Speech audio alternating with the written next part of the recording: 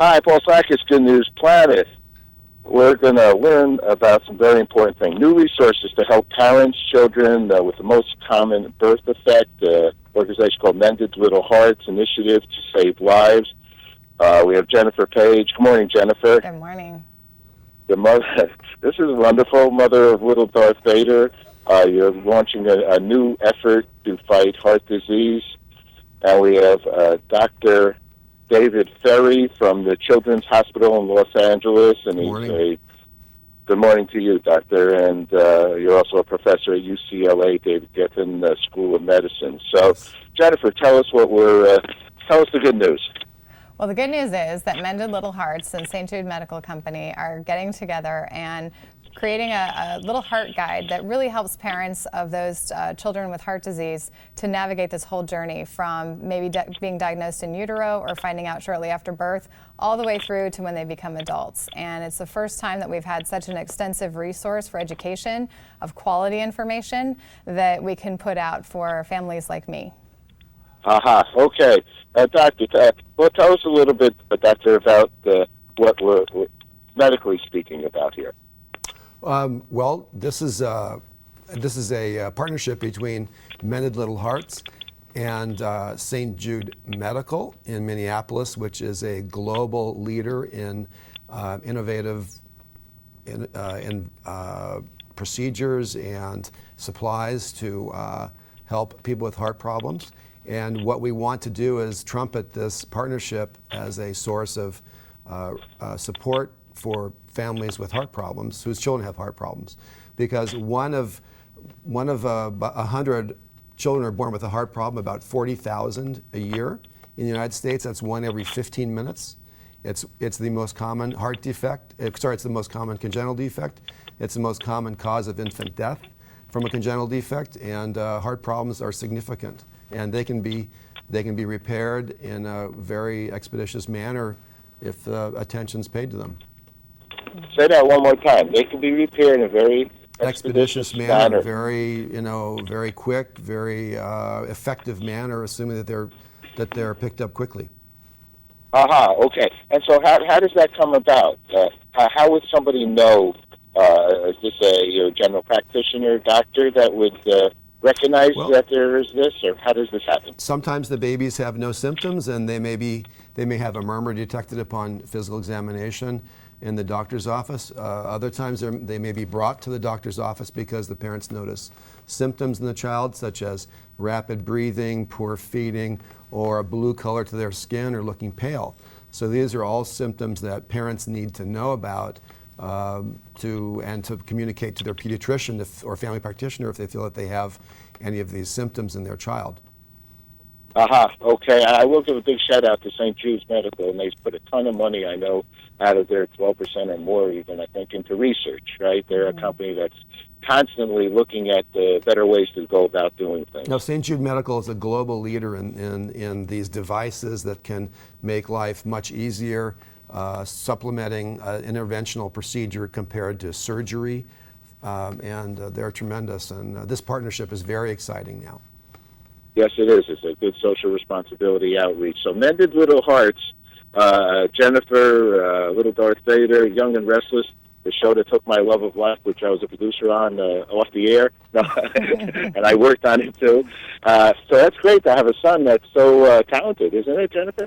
It's really a blessing. The acting platform for us, the blessing in it is that then we can promote this congenital heart defect awareness, because it's just not, people just don't know the stats, and they just don't know how common it is, so you aren't alone.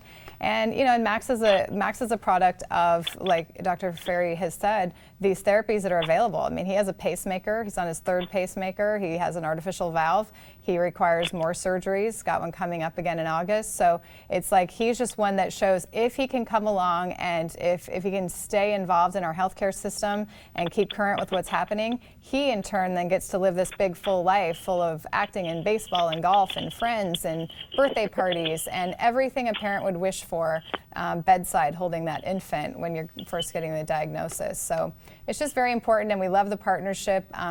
with Mended Little Hearts and St. Jude Medical, because that's the only way, as parents, we want other parents just to know that they're not alone, that you don't have to start from scratch, you don't have to dig in here's some good quality information vetted by doctors, and the only way to get it to market is through a company like St. Jude Medical. So we just are so grateful for their generosity. What has that little Max taught you? Little Max has taught me that that anything is possible, and that sometimes you do have to just walk through that wall of pain, but on the other side of it is the life that you dreamed of. And it doesn't mean that you go through it once. He just found out that he has to have surgery again, and it was a really tough week for him.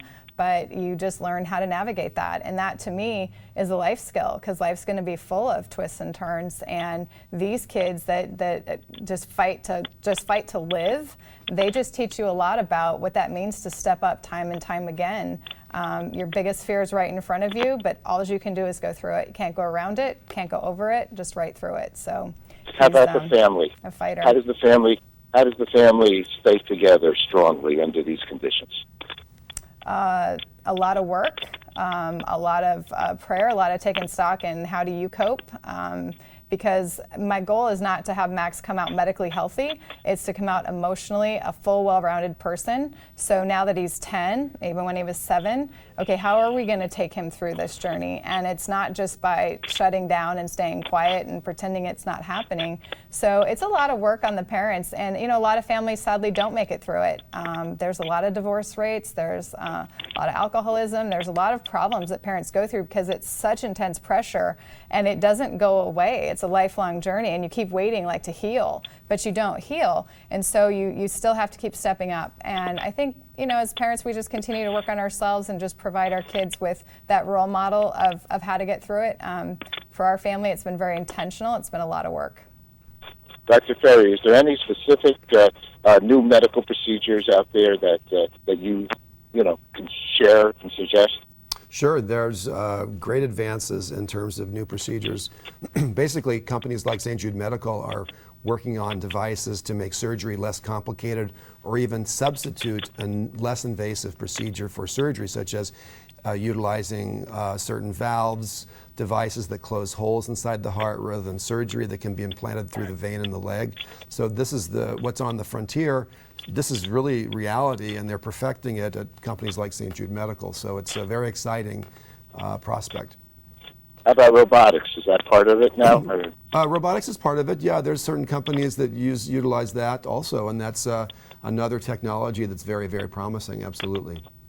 Okay, well, all the great technology to save the lives, and the Mended Heart. It's an organization people can donate, or how tell me about that. Mended Little Hearts is a great organization. Their whole mission is to empower families on this congenital heart journey.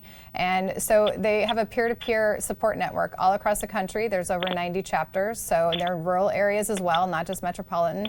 And it's just a great way to plug in and to get connected to other families and other parents, and then have kids, be able to do life with some other kids that are more like them, even though we can really mainstream and seem normal. And so it's just a great empowerment, educational, peer-to-peer support group.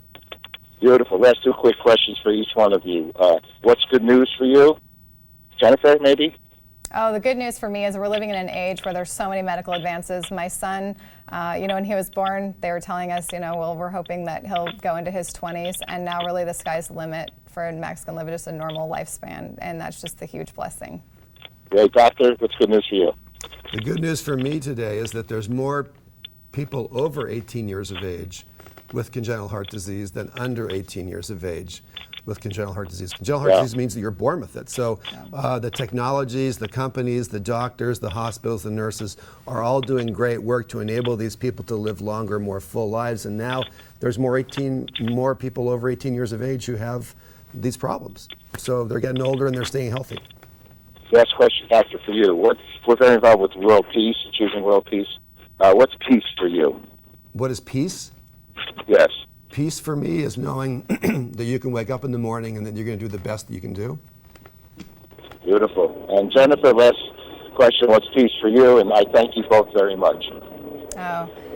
Peace for me is just every morning, brand new day. I love it. Okay, thank you both very much. Thank you, Thank you. Medical, Thank you for for having us. assisting, and great speaking with you both. Thank you. Take care. Thank you. Take care. Bye-bye. Bye.